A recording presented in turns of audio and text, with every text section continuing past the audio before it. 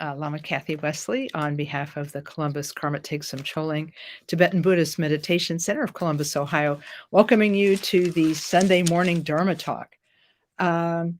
This morning, I decided to choose a topic that I have had on my list.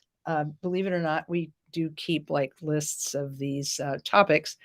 I've had this topic on my list for months, and I never did put it together. So I think this is a really wonderful opportunity for us to do it. And I am looking forward to talking with you regarding the topic of the genius of Khenpo Karthar Rinpoche's teachings. Those of you who know me know that I have been a student of Khenpo Karthar Rinpoché since 1977. And as it happens, yesterday was the 44th, the 44th anniversary of me taking refuge with Khenpo Karthar Rinpoché. So even though I set up this talk as a way of actually getting me to write the talk, then it just so happens that it falls on the day following my refuge anniversary. In fact, you'll see there's some extra offerings on the shrine behind me, and also extra offerings on the White Tara shrine too, and that these are in honor of the 44th anniversary. In fact, I had forgotten my anniversary, but yesterday, Dharma friend Jim Arter, shout out to you, Jim. He let me know that he actually had it written on my calendar. So so he had it written on his calendar, and then he let me know. So it's like it was great. It was just fantastic to be reminded by somebody outside myself. Oh gosh. So anyway, so before we start today's talk, let's do a short meditation and then taking of refuge. Actually, taking of refuge comes first. So we'll start with a recitation of the refuge prayer in English. In the Buddha, his teaching, and the order most excellent, we take refuge until enlightenment is reached. By the merit of generosity and other good deeds, may we attain Buddhahood for the sake of all sentient beings. In the Buddha, his teaching, and the order most excellent, we take refuge until enlightenment is reached. Through the merit of generosity and other good deeds, may we attain Buddhahood for the sake of all that lives.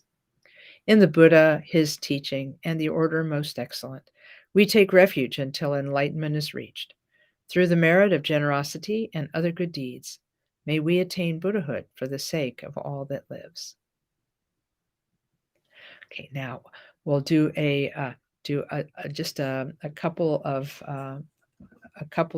moments of meditation. I've got my little meditation gong, and we'll sit for about a minute,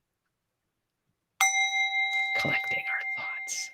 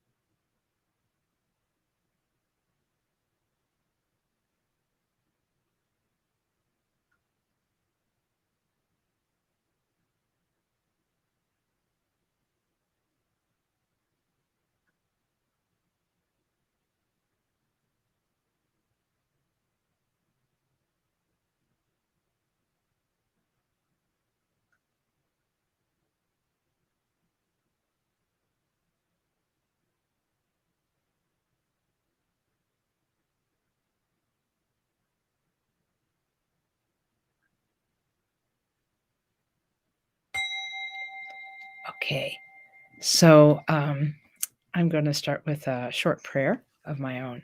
Or Palden Sawai Lama Rinpoche, Dagi Chiwar Pede Denshula, Kadran Jambugane Jason de, Kus and Tugging Rup Saldu so. roughly translated, and with emphasis on the rough. Roughly translated, the meaning of this is I asked for the blessing of my guru, great, compassionate, and kind, who sits above my head on a lotus flower. I pray for the blessing of your body, speech, and mind. So today we're talking about Khenpo Karthar Rinpoché, seen here on the cover of his book, Amrita of Excellent Eloquence, which was written by his nephew, Lama Drodol, and it's a biography of his life. In this book, Khenpo Rinpoché talks about, he tells, it's Lama Karma's book, but he talks about the life of Khenpo Karthar Rinpoché, who was born in Tibet in 1924 and who escaped in 1959, along with many other Tibetan Buddhists and Lamas who had to escape from persecution by the communist government.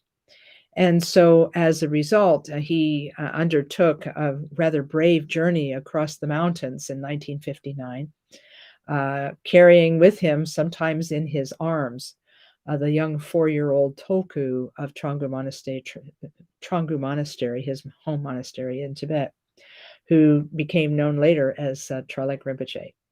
So after having made this harrowing escape and coming to safety in India, he then caught tuberculosis. And catching tuberculosis, he was hospitalized for some time in grave condition.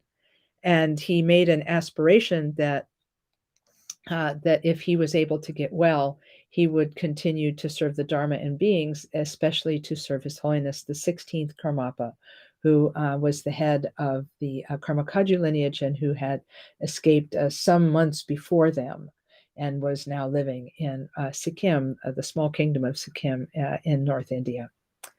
So after that, many people will know the story of Rinpoche's life, which is told on the website www.kagyu.org. And you can read Rinpoche's life story there. And what happened after that was that the 16th Karmapa let Rinpoche know that he needed Rinpoche to be healthy so that Rinpoche could go to America to teach. And so eventually Rinpoche was able to get, yes, a compassion visa to get into the United States for tuberculosis treatment. He came to the United States in 1976 and took treatment for his tuberculosis, was cured, and then after that began teaching.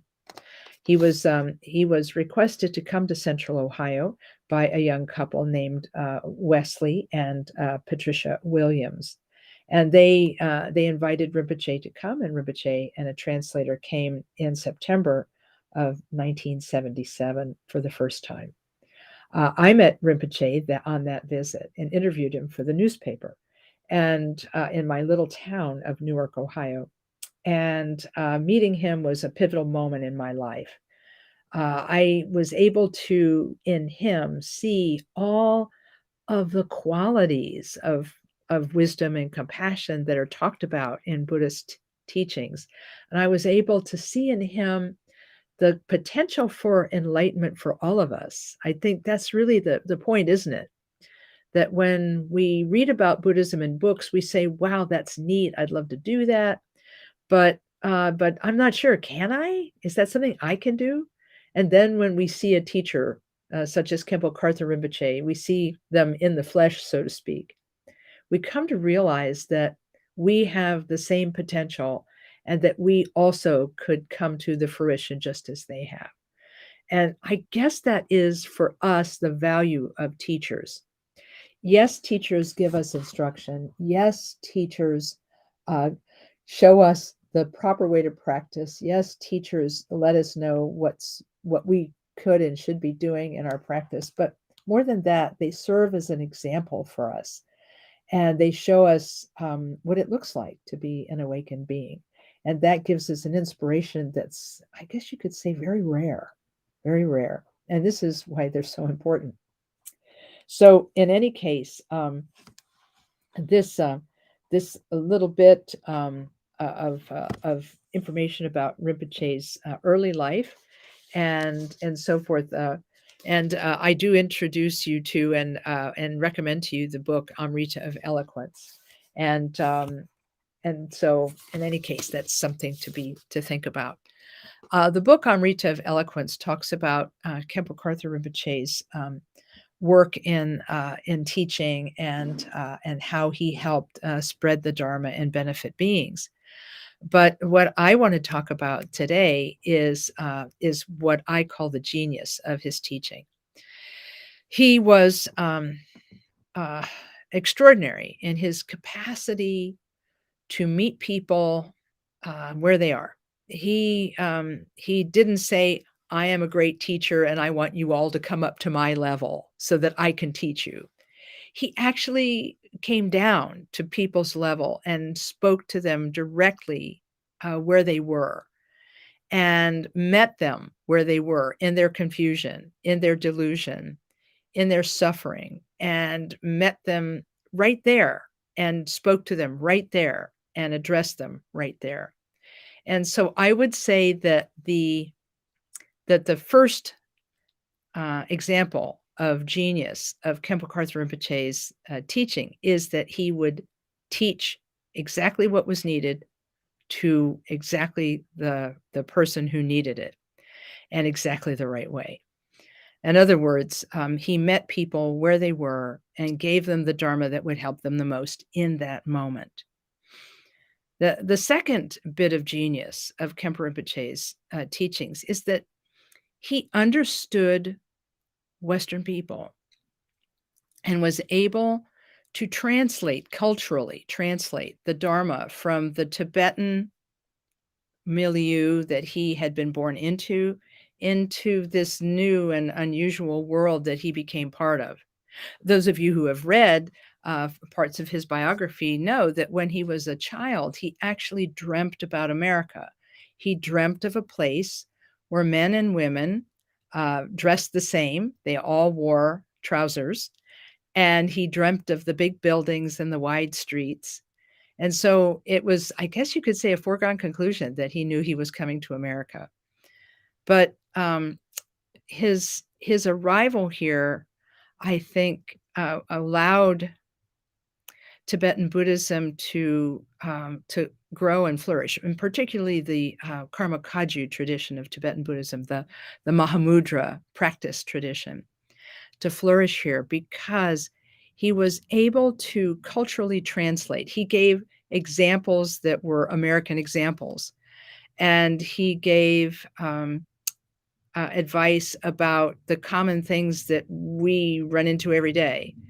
He frequently spoke about America, saying, "Well, America is a pretty great place, and it's so clean, and there's a lot of wealth here." But then he would say, "But you really need more Dharma." So even though he was talking about America and complimenting it, on the other hand, he was saying, "Well, but you need a little bit more than what you have. You need something you don't have, which is the Dharma. You need the teachings of wisdom about the nature of mind, the nature of suffering, the nature of happiness, and how you become happy and how you avoid suffering and so on. You need these teachings, and these teachings are what is important for you now." And so he both complimented us and then gave us what we needed, which was the teachings of wisdom and compassion. So this was again his gift. His gift was to speak to us in a culturally sensitive way. Not only did he meet people where they were, but he gave teachings in a culturally sensitive way.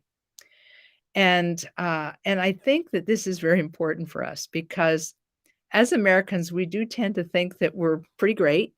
And it is really important for us to see that there's more than one way to be great. And one of those ways is love, compassion, wisdom, and kindness. And Rinpoche really exemplified all of those.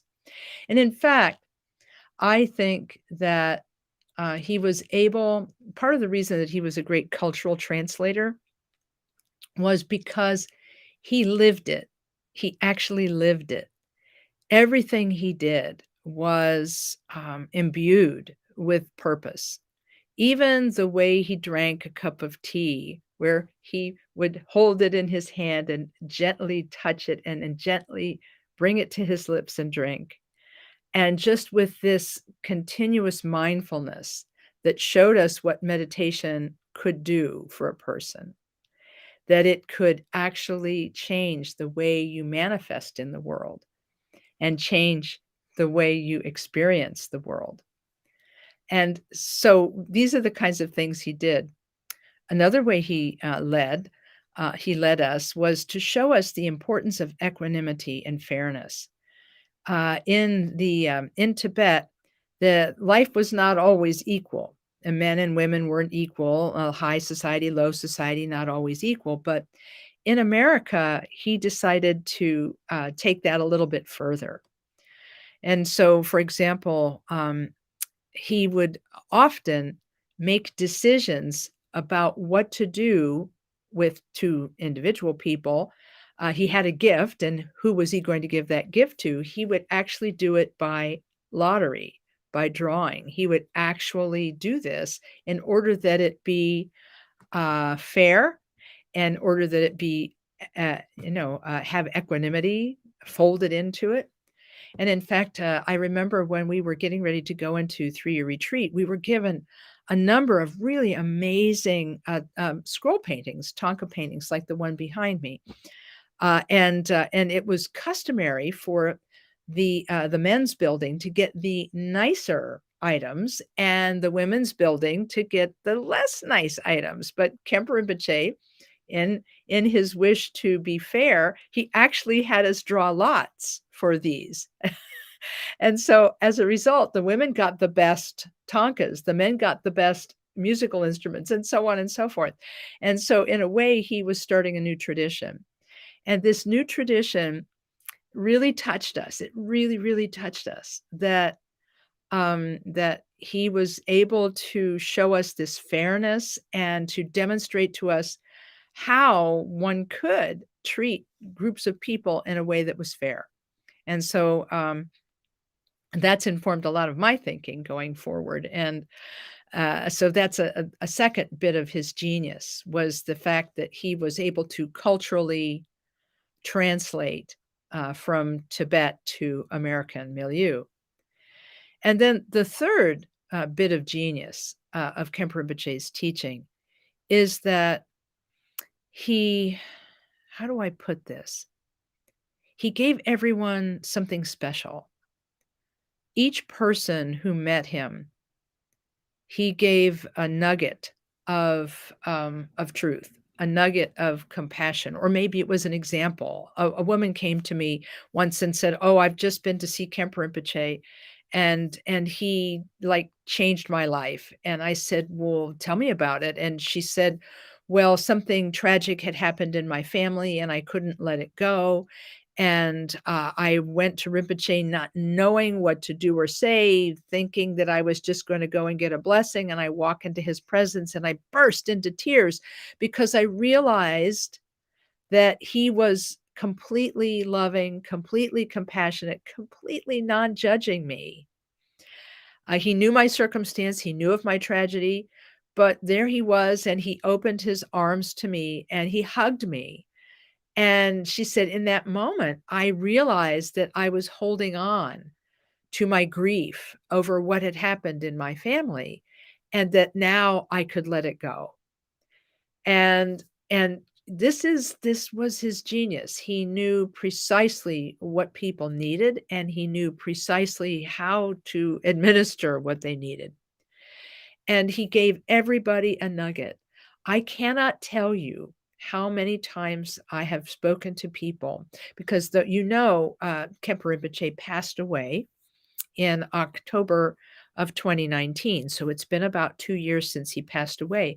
In that 2 years, I have run into so many people who told me about a teaching he gave to them, a teaching that was for them alone, and that it informed their life and it changed their life. And that they were then giving that teaching to me. And I realized that this was a way that Rinpoche was getting ready to help us help each other cope after his passing. He gave a little teaching to this person and a little teaching to that person and a little teaching to this person and that person. And that all of us would actually need to get together. All of us would actually have to come together in some way, shape, or form and share all of these amazing teachings. And that this would be, you could call it his final teaching to us would be to share what we learned from him, to share what he gave us, to share it with other people so that we could be his presence in these other people's lives. And I think that's what he's counting on us for. He's counting on us to represent him in everybody's life. I remember the first time he said to me, and this would have been somewhere in the 1980s because we were in the old shrine room at Karma Triana Dharma Chakra Monastery, which was at that time in an old resort hotel at the top of Meads Mountain Road in Woodstock, New York. The monastery, the big stone monastery, was eventually built on that site. But during the early days of KTD Monastery, the monastery was housed in an old resort hotel. And the dining room with all the knotty pine, all the knotty pine paneling and so forth, that was the shrine room. I remember sitting in that shrine room and Rinpoche saying, "Now you have to go here and do this." He said, "You're my representative." And it just hit me for the first time that like he was trusting me to do something important in his name. And oh my gosh, this is so scary. And but I went ahead and took care of what he had asked me to do. And that was, I guess, the start of my work that became the work that I'm doing today for Rinpoche. So that was a nugget. And I continued to get nuggets of teaching from him, which is there's so many stories that I could share, but he would tell me things like when I first got out of 3-year retreat, I said, "Well, what do you want me to teach?" And he said, "Well, I want you to teach the sadhana practices, the mantras of Chenrezig and Tara and Medicine Buddha, and I want you to teach the Mahamudra preliminaries and so on." And I said, "I didn't hear you tell me that I could teach mind training or lojong." And he said, "Oh, yes, yes, of course you can teach that." And then he added something else. He said, "And make sure you tell everyone that you teach that they can attain full Buddhahood itself simply by practicing love and compassion." And I just accepted what he had to say in the moment.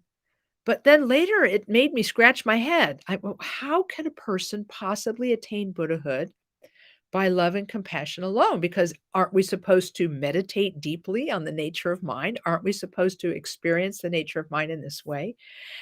And it became a little bit like one of those Zen riddles for me.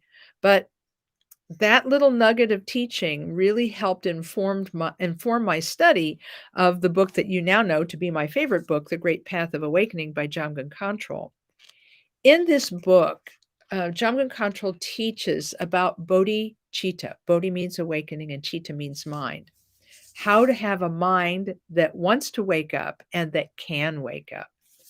And so I thought about it very deeply. And if we look at the problem that we have as human beings, we cling to things. We either cling to things as being good and we want them, or we cling to things as being bad and we want to get away from them. Or perhaps we're just apathetic and indifferent toward things and we're bewildered by them. These three mental poisons, the attachment, aversion, and ignorance, are what sort of drive the engine of our suffering in this world, and that we need to find a solution. Of all of the things we suffer from, the thing we suffer from the most is ego fixation. We think we're the best, or perhaps we think we're the best at being the worst. But this misconception of who we think we are, this ego fixation, is what really drives all of our confusion, delusion, and suffering. So if ego fixation is the problem, what's the solution? In The Great Path of Awakening, Jamgon Khantrul suggests that the solution is love and compassion.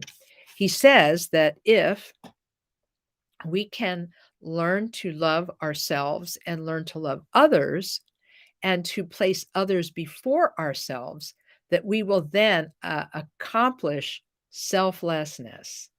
And this selflessness then will be our path to Buddhahood. So the little light bulb went off for me. Ding.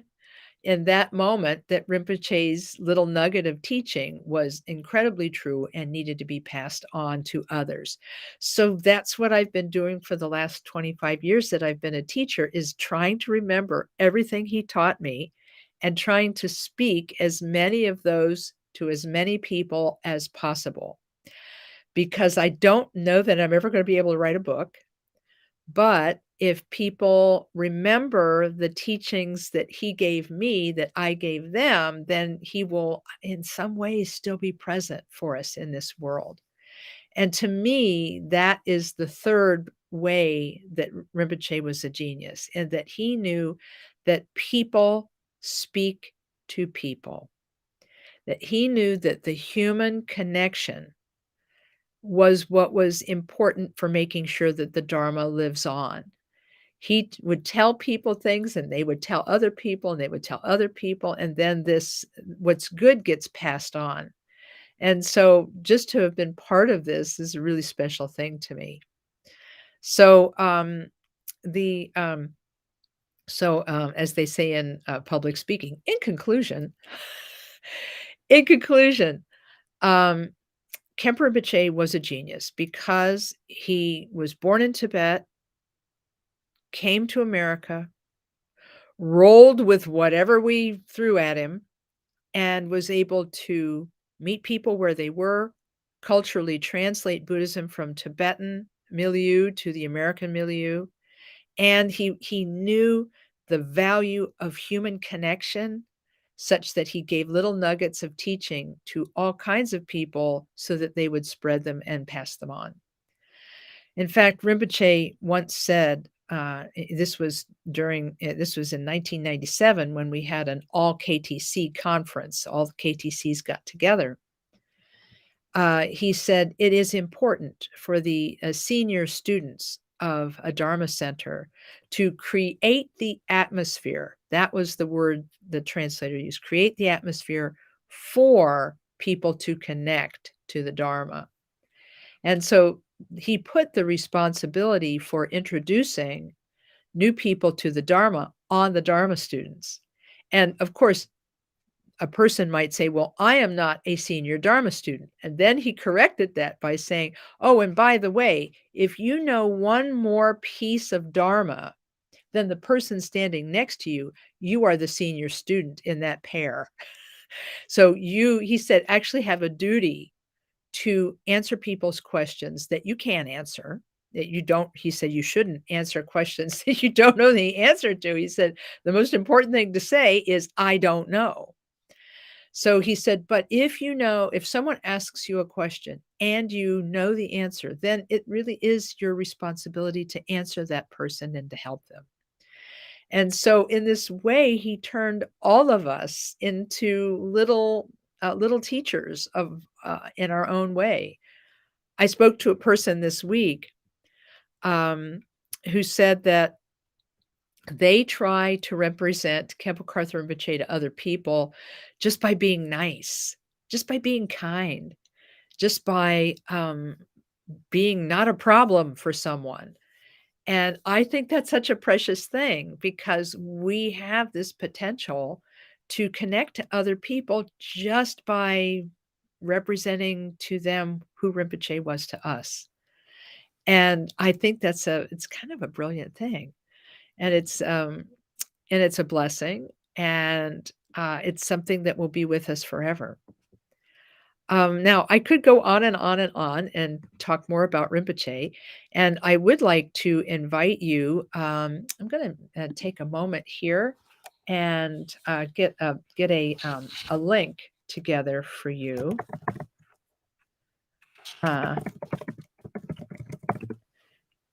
Here we go.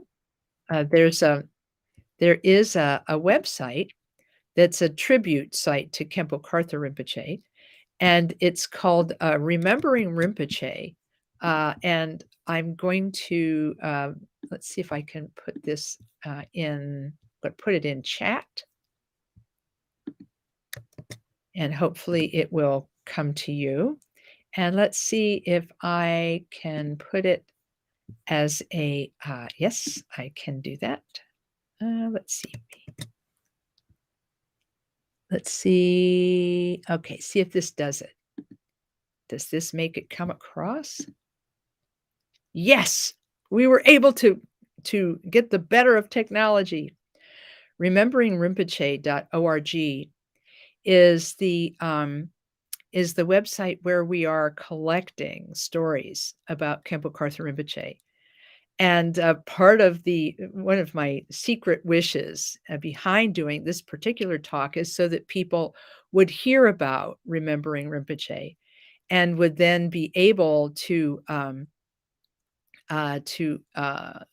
share the Remembering Rinpoché experience with other people. And I'm going to see right now if we are lucky, or are we lucky, or are we not? Let's see if we are lucky, and perhaps I can show you what it looks like. Nah, it doesn't look like I'm going to be able to share a screen, so I won't be able to do that today. But no, I'm not going to be able to do that. Oh, what a shame. Okay. So, but it's a beautiful website. It's absolutely gorgeous, and it gives you like a little place where you can actually write your own story. So if you have a little nugget of information, a little nugget of Dharma teaching that Khenpo Rinpoché gave you during your time with him, please consider either making a small video on your cell phone or wherever, and then sending it to us at Remembering Rinpoché. There's a web address, and that's the web address, but there's also a place that you can write to send us. I think it's info or stories at rememberingrinpoche.org.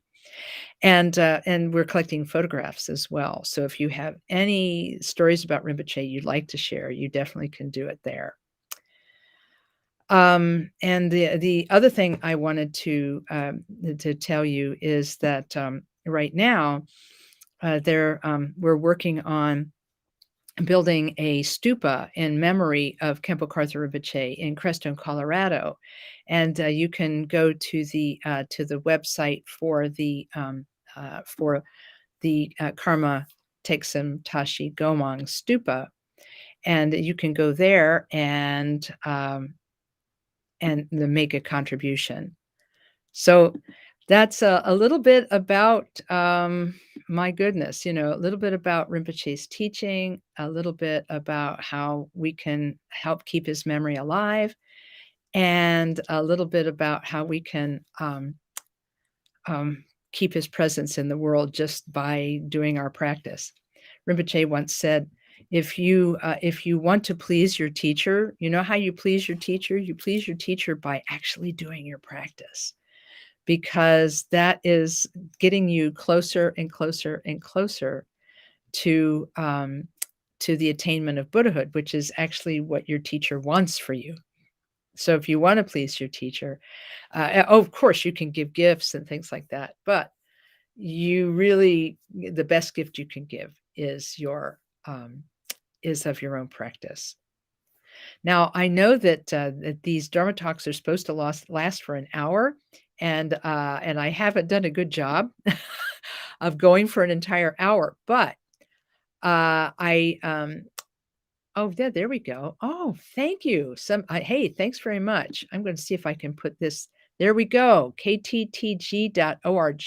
Okay. /KKR Stupa project. Okay, thanks. Thanks for sharing that, Roger. Appreciate that. I'm going to leave that up there for a minute. Now, you might ask, what's a stupa? Stupa means mound. The stupa is a mound, and it goes back to the life of the Buddha. because at the end of the Buddha's life, he asked that his remains after his cremation be parceled out and placed in these mounds or stupas in the places associated with his life, and that's how the 8 forms of stupa came to exist.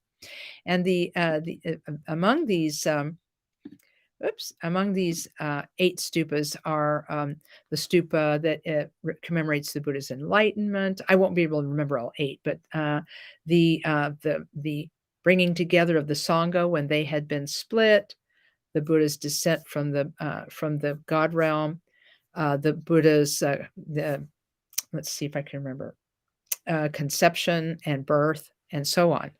And so there are different stupa shapes that commemorate these aspects in the life of the Buddha. So with the time I have remaining, I'd like to talk a little bit about stupas and about the program that's going to take place at Columbus KTC this coming week. Now, those of you who are subscribers to our newsletter will have received yesterday a newsletter letting you know that we got a surprise, and that Lama Tashi Dunda from the Toronto Karma Tikchen Zapsal Ling Center, KTZL Center in Toronto, is going to come to oversee the creation of the stupa that's supposed to go out front of Columbus KTC.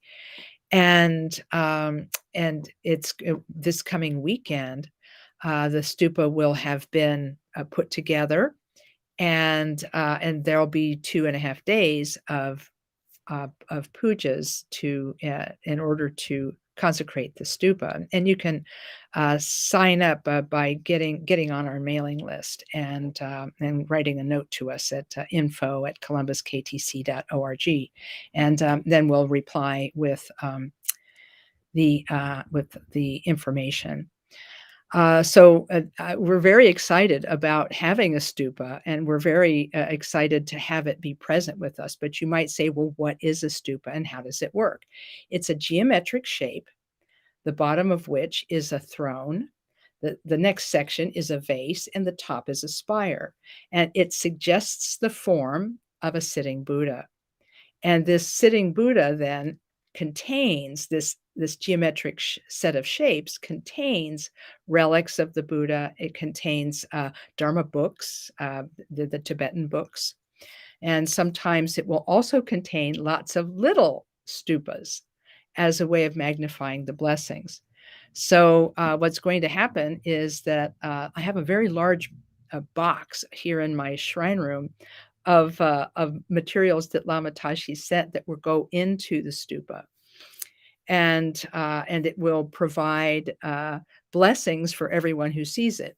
So the stupa, being in a public place in Columbus, Ohio, is a very special thing, and we're very excited about it, because what it will do is it will bring the presence of the Buddha into our everyday world.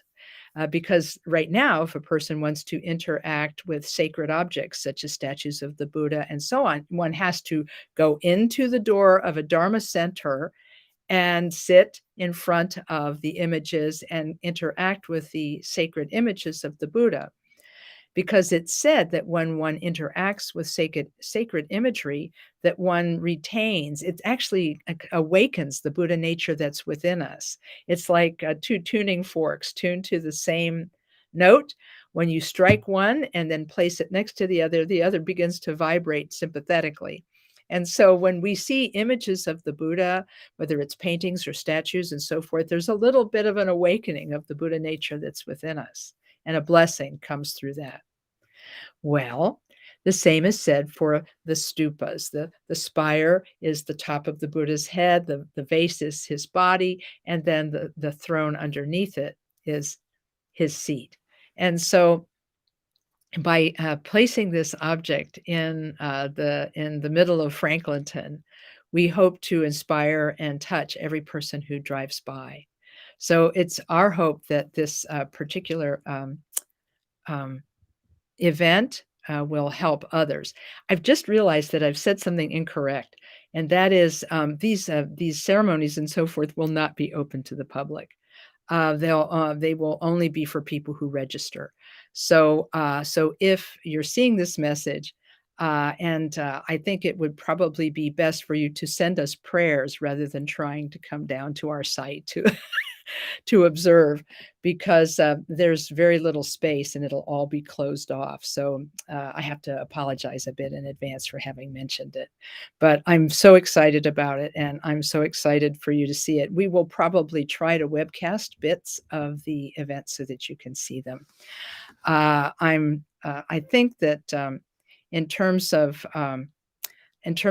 today, our talk today, I think that what I'd like to do now is answer any of the questions that you might have. Let's see. I'm going to take a look at the chat and see if there are any questions displayed in chat. I see some comments from our friends in on Facebook. I don't see any comments from our friends on YouTube, so I hope you're there. And if you have any questions or comments, you can type them into chat. I see. Thank you, Nomi. She said that Khenpo Rinpoché was a grandfather to her. That's very sweet. Yeah, because I think he was. I think he was that person to everyone. He was a parent, an uncle. He was a wise person who gave us information. Yeah. So I'm not seeing any questions appearing in chat. So this means that our Dharma talk for today was just a shorter than usual Dharma talk. But I will tell one more story about Rinpoche. He was always able to know when we were in 3-year retreat. He was always able to know when we needed cheering up. And so when he was when he would be spend some time with us, he would come and visit us every other day. The women's building one day, the men's building the other day. Remember, he was always about fairness. And he would often sit in the afternoon protector ritual with us, known as the Mahakala Ritual, for protection and of the site and the place and the people and the Dharma and our practice. And when he knew we were feeling a little tired or down, he would do funny things, make funny faces, put on a funny voice to chant with, a very deep voice, and it would always make us laugh. And I've told this story elsewhere, but there was a time when Sutra Rinpoché was visiting us, and Rinpoche had a great sense of humor.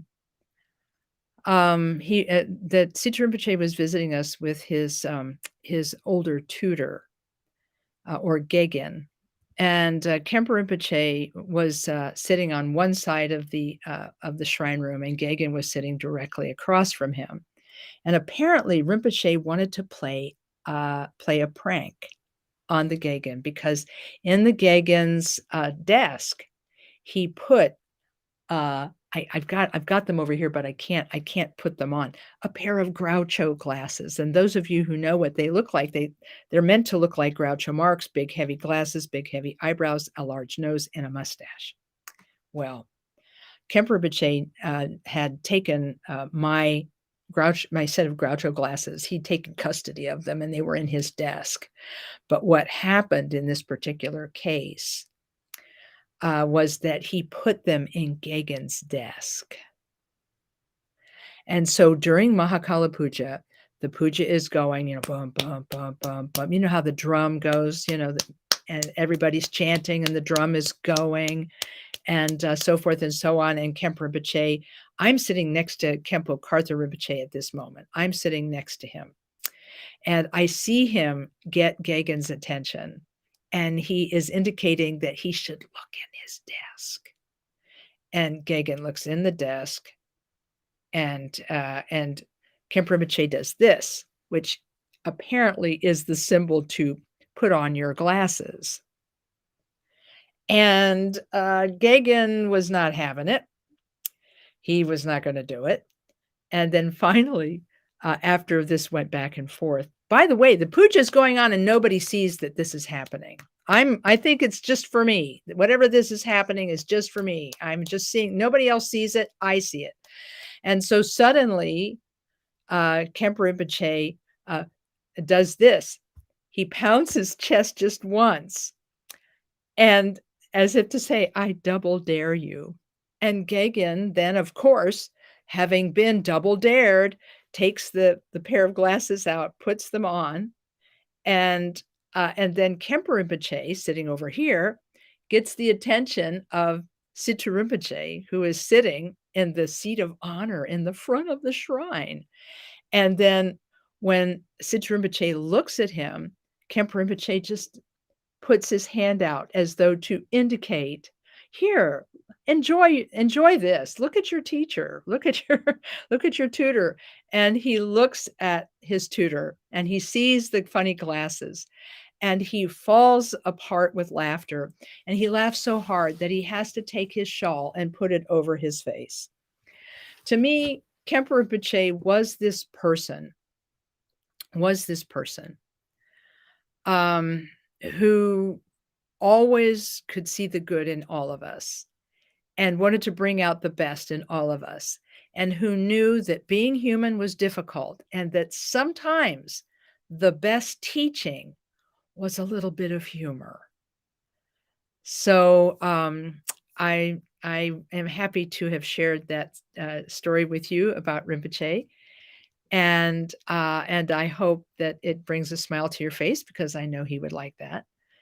And I want to thank all of you who came to the talk today, and I was happy to share my 44th anniversary of refuge with you, and make the aspiration that we may have many more. And so let's get together and bring together all of the merit we've accumulated today by listening to Khenpo Rinpoche's teaching, and make the aspiration that by listening to this teaching, that all beings will be liberated from suffering, that all beings will see their Buddha nature and then emanate in many directions and help sentient beings. I'll conclude by reciting a short prayer in English. Through this merit, may all achieve the omniscience of Buddhahood. May it defeat our common enemy, wrongdoing.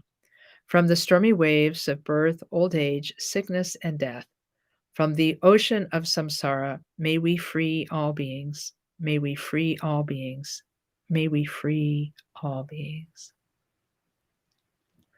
Thanks, everyone. And thanks to all of the volunteers who help make these webcasts possible. We will try to webcast next week. The Dharma talk will happen as usual next week. And but we will try to webcast little bits of the pujas for you as well. Okay, everyone, be well. Om Mani Padme Hung.